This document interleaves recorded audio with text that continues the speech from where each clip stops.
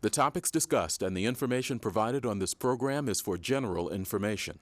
The hosts of this show are not medical professionals and are expressing their personal views and stories related to their individual lives.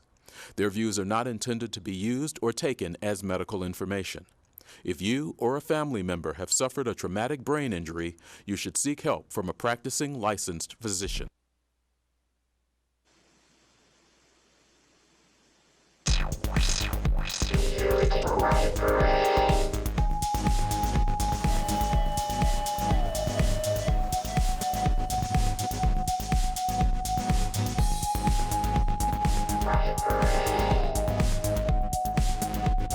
We hope to help you.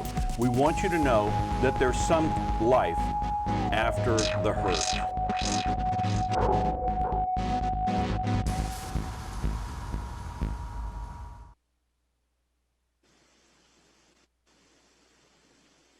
To Brain Mechanics.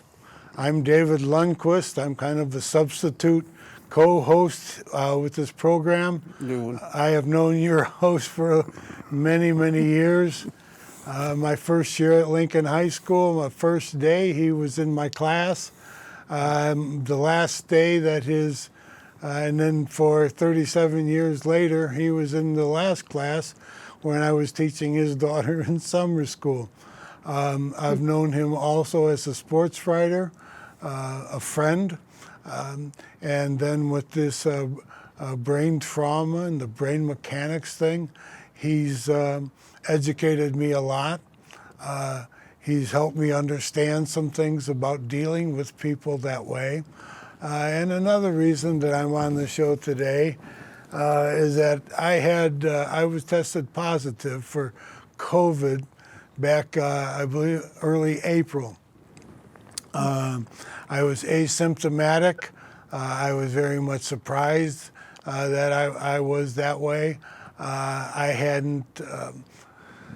I couldn't think of any contract tracing that I would have to do. So I followed the rules of the health department. I stayed in my room for 7 days in my room. My wife would slide things under the door for me if I needed something, but I really couldn't get out. And then after that, we both were quarantined to our property. We have about a small house on a third of an acre, and we had to stay there. If we wanted to walk, we had to walk around our house. I never really did suffer anything, I don't think, while I had my COVID, but some of the after effects that I've had to deal with are fatigue, the wooziness, and I have to worry about that because I'm a prime candidate for COVID. I'm 70 years old, I'm diabetic, I had bypass surgery in '99. Sure, I don't think I can get it again. As a matter of fact, our daughter and her 4 sons came from Lexington, Kentucky, came up, but they would come up only if we had tested negative for it. My wife and I got another test.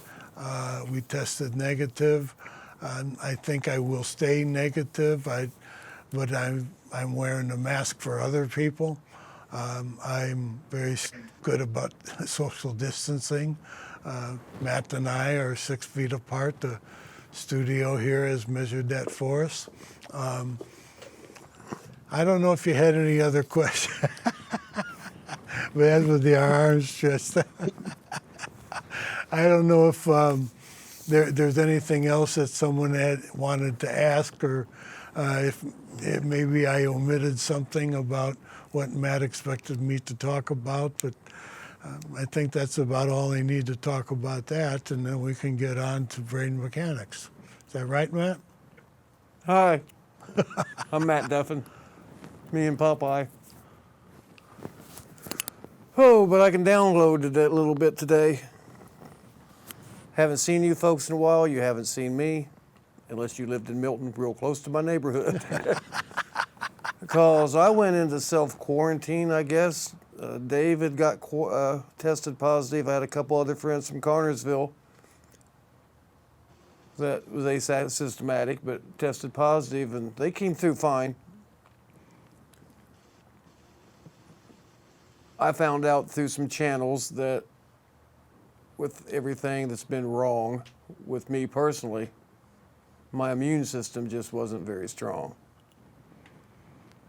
And I don't need to be out traveling, hanging out. I don't go to bars anymore, but you know, that's the only place I could really imagine people really congregate, maybe little league fields and stuff together so much around here. But that's Indiana, and that's Wayne County. It seems to be just hitting around here right now. I got a good friend I graduated with in 1978 that's severely down as a nurse in Biloxi, Mississippi. My prayers, Cheryl. Because she was a nurse working with people with COVID. It goes that way. It goes with your kids going to school and possibly coming home. I'm a big believer in all that. You know, they can call me a sheep. They can call me what they want. Oh, I had my veteran card here somewhere because I'm not. I'm concerned, like I am with everything going on around here. Do Black Lives Matter? Of course they do. Come on, people. You know, in our little town last weekend, what is assumed to be a extreme right-wingist ran through a small crowd of people walking on South A Street and 7th, I believe. Hit two of them. There were Amish people out there carrying their kids. Amish lives matter to me. Hey? I mean, you know, come on, people. Quit it. Somebody is going to be elected president. Yes, it's going to happen. Whether it takes 4 years to decide or not, who knows? You know, I got a lot of male friends, male people friends that just look at it a different way on losing mail, but it happens. So we need to make sure you're registered, you need to vote.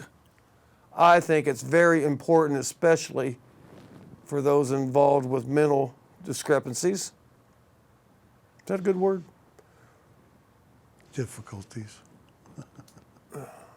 Issues. Mental issues. I got a mental issue, obviously. But you know, it's good to vote. You have a voice, you have an opinion, and nobody can make you change your opinion doing that. You go in a little screen behind there, they close the curtain, and somebody will help you if you need help. They'll explain the whole little dials and the electronics and push buttons and whatever there is to your voting system.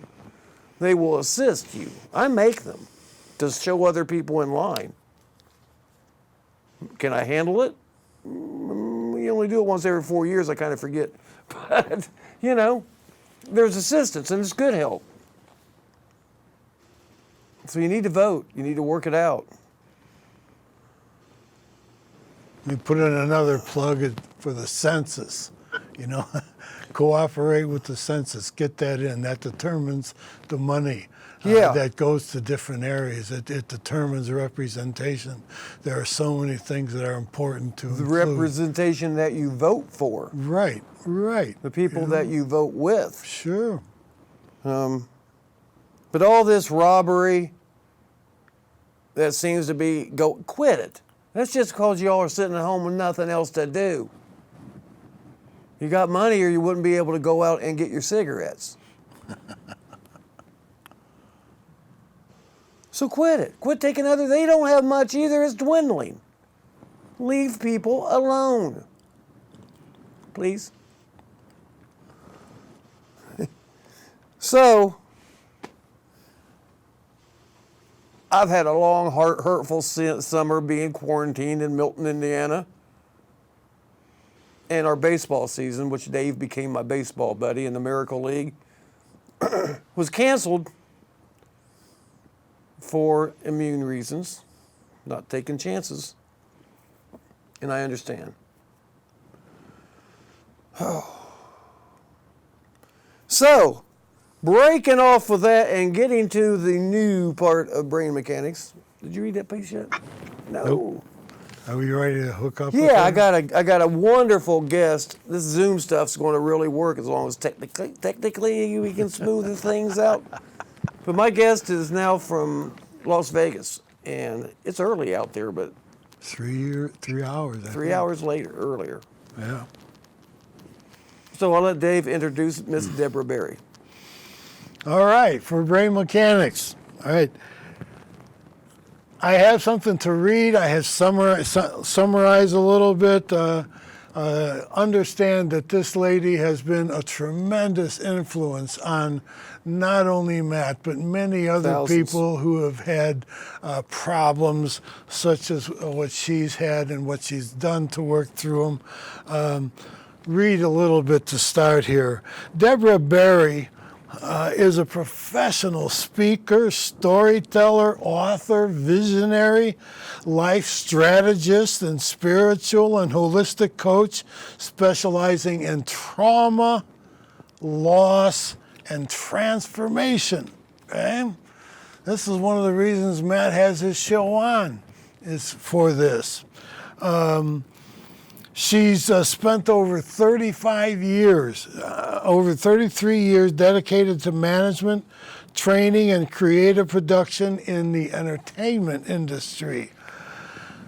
Her expedition of life is beyond surviving, listen to this, multiple traumas, brain injury, disease, a deadly whiplash, and the death of her son. She has overcome childhood abandonment, sexual assault, and medical malpractice. Listen to her for a while, you'll see why she's been so good, at helping brain trauma victims like Matt. Turn it over to her, I guess, right? Well, yeah, because I met her as my life coach in 2009 probably. Right after my accident, I'm laying at home, sitting, looking on the internet, anything I can find brain injury-wise. And she had some of the most inspirational. Some of it to songs, some of it just her voice. Because she's Australian. Very inspirational. And you are your own brain mechanic. She named this show. Little secret. Because you are your own brain mechanic. You find your own help. You get your own contacts. You get your own doctors, your therapist.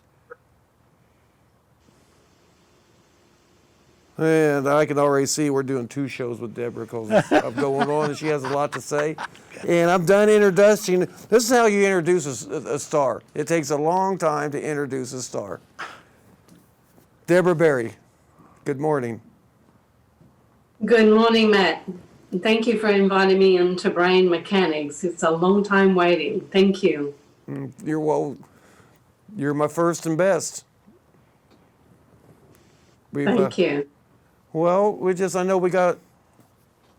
I tried to touch on where I met you and how it comes from. I mean, I met her through the Beyond Trauma Foundation as well when I was in Las Vegas, accepting an award from a Beyond Trauma Foundation. You know what that feels like to win a super survivor award from a foundation called Beyond Trauma? Think about that.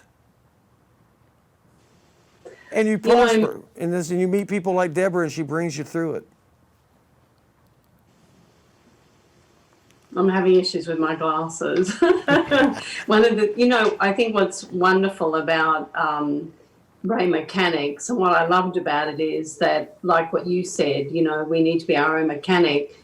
And, without sounding like a coach, and this about coping skills, we have to be accountable for our healing, and also define the tools that work for us as an individual, because every brain injury is unique and different.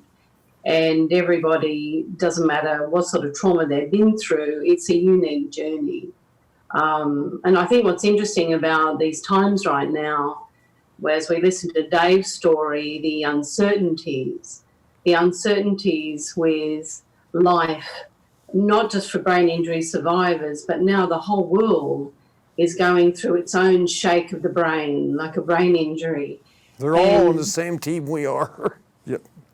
And they may not have, overcome a brain injury that is as traumatic, but they are in shock. And that's the first thing that happens to anybody that's had a brain trauma or an illness. We go into shock and we go into panic mode, and as we know, the fight and flight. And it brings on a whole slew of, challenges to deal with. And that's what we have, I call challenges. And with every challenge, it's like a hurdle. You can overcome it. And, that might sound like it's very positive. And we know that we need to be positive, but quite frankly, anything that's, traumatic to the brain, to our lives, a threat to our lives, it's really ugly. And it's very hard to sustain that positivity. But with tools and support and a unity, we can all come together. And that's what the foundation that I started was about. And like, I met Matt through the brain injury radio. And then I found out, he said, have me on the show. And then I was inspired by him, because he said, I was at home and I heard one of your videos, and I thought, a little video that just talks about my journey and my struggles and how I've overcome it brought a little bit of hope. And so, you might be sitting at home right now thinking, but I'm brain injured. I don't remember my name. I can't look after myself. I'm broken. But we can rebuild, and you may not know it now, but you are the answer to what the world is going through right now, because you have experienced trauma and tragedy like nobody else has. And it's just a matter of you digging in deep to the core of your being to pull out the best parts of who you are, your character and the true essence from the depth of your soul, not your physical experiences, not what you appear to be like, or you stuttering, or your forgetfulness, or your funny face that's out of shape. You have a message and a story. And that's what we're all about. And that's what I'm coming back with after spending several years in isolation. So anyway, that's where I'm at the moment, Matt. And beautifully said in a regard that I feel. I'm hitting my microphone. Oops. The isolation,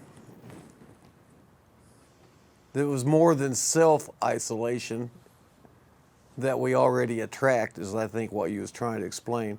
Because after you have trauma and severe trauma, no matter what, they take you to the race, no matter they're right downtown in the middle of the circle, or you're sitting at home, you're just staring, you're just looking, you're just thinking, you just ain't really found where you are. And I know Deborah believes, like I do, that coping skills helps pull that all out of the bag and create you again. Because you are being created it's really again. Important, isn't it, Matt, to, the first thing that happens in a trauma is we are emotionally shattered, and we can't be governed by the emotions. We need to listen to our emotions and our heart. That's our creative aspect of our survival and recreating ourselves. But we must engage whatever we can that mentally and be practical and work towards those everyday disciplines.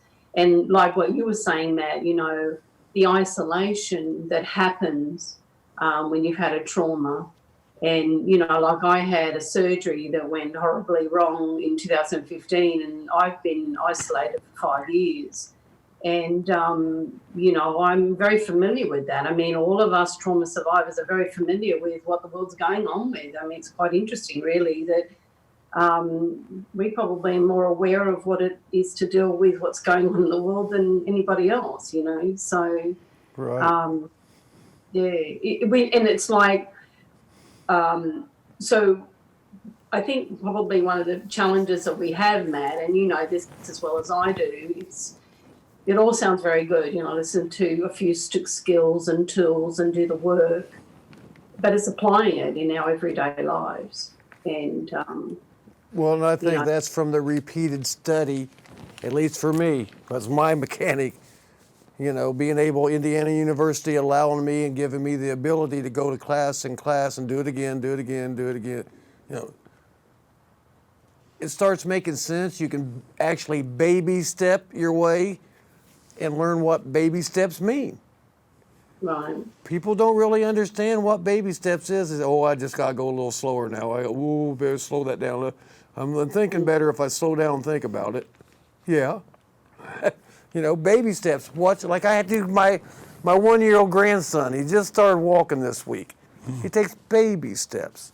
And it's so cute. And is learning how to walk. That's Without a baby doubt. step. One step at a time thing. Right. And it's not, and if it sounds good, you're not going to understand and correct it and get the knowledge in your injured mentality to grasp it all at once. We're such a forgetful society, if you will. And I'm going to ask you a question. Dave's got something to say, but you go ahead, and then we'll go to Dave and you. Deborah? Yes, Dave. What question do you have? I'm wondering, besides Matt, I have other people that have different disabilities, shut-ins, homebound. I can't see the ones in the nursing homes now, but I'm wondering, for the people that you do have that come to see you, what would you recommend to them? How to talk to you, how to treat you, how to listen to you. I'm curious about that because I taught for 37 years and I tried to keep track of the way my kids were thinking and what I should ask them, what I should talk to them about. So how do I treat Matt? How do I treat you if I meet you? I think that's what's very interesting about that is none of us like discrimination. In other words, we want to be as normal as possible, whatever normal means. And there's two types of people. You'll have people that are very visually, and it's very obvious they have a disability. And then you have people like me that doesn't look like they've got anything wrong with me at all. Unless I sort of start buckling under and I'm starting to do this. But then once someone sees that when you're in the supermarket, they're sort of like deer in headlights because they don't know how to respond or react. And, this is really simple. The first thing is to be kind, okay? And the second thing is don't assume you think you know anything about that person. And the other thing is to be kind is a skill. And to be kind is having compassion. And the reason why many people don't have compassion is because they don't know how. Because they haven't addressed their own pain and hurt and suffering. So they've put up a wall and they become resistant to that. So if they see something that mirrors their pain or their uncertainty or their fears, they put up a wall and become hard. And you may not even know that you do that. But if you're disabled like I am and you're struggling inside yourself in pain, like really struggling, and you go on and need help at a supermarket, or you ask somebody something and they size you up and down, like, well, you don't really need anything. Just remember that you don't know. Don't assume and do not judge. Just for a moment, if you catch yourself doing it, don't beat yourself up. Sometimes us survivors, we're ugly. Sometimes we are hurting, we're in pain, and we're struggling. and you'll see someone with a bad damn attitude. And it's okay that we have an attitude, and we do all we can not to have it. So if you hear somebody or see somebody with an attitude, think maybe they might be suffering and they need your kindness. Probably the first and most important impact on our life. And I think this applies to our whole world with what's going on with the pandemic. Very good. Yeah, because, and you're going to hang on for a bit because I want to do another quick talk, 20-minute talk. After this one, we're going to have a new show. Goodbye, September. Hello, October, or which way it goes. Because we are back. I still am brain injured. I'm working my way out of it. I really hope you can find some strength to fight your own battles.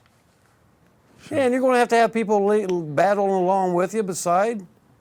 Mm-hmm. She's too scared to come over in front of the camera, but I got finally a new caregiver for a while, I believe. And that's part of being your own brain mechanic. Make sure you get the right, just the right person. Matt, can I say something before we close? Because I'm not sure, I don't have a timer of what's going on my iPad. You got 30 seconds, Grun. I want to invite everybody to bravetothecore.com. We are filming a documentary. We want you to share your light with the world, your insight to how you've survived. Be it if you're at the beginning stages of your survival, or you have a cause, or you have a mission or a book, reach out to us. We want to hear your story and share the light with the world. bravetothecore.com. Thank you, Deborah. Good.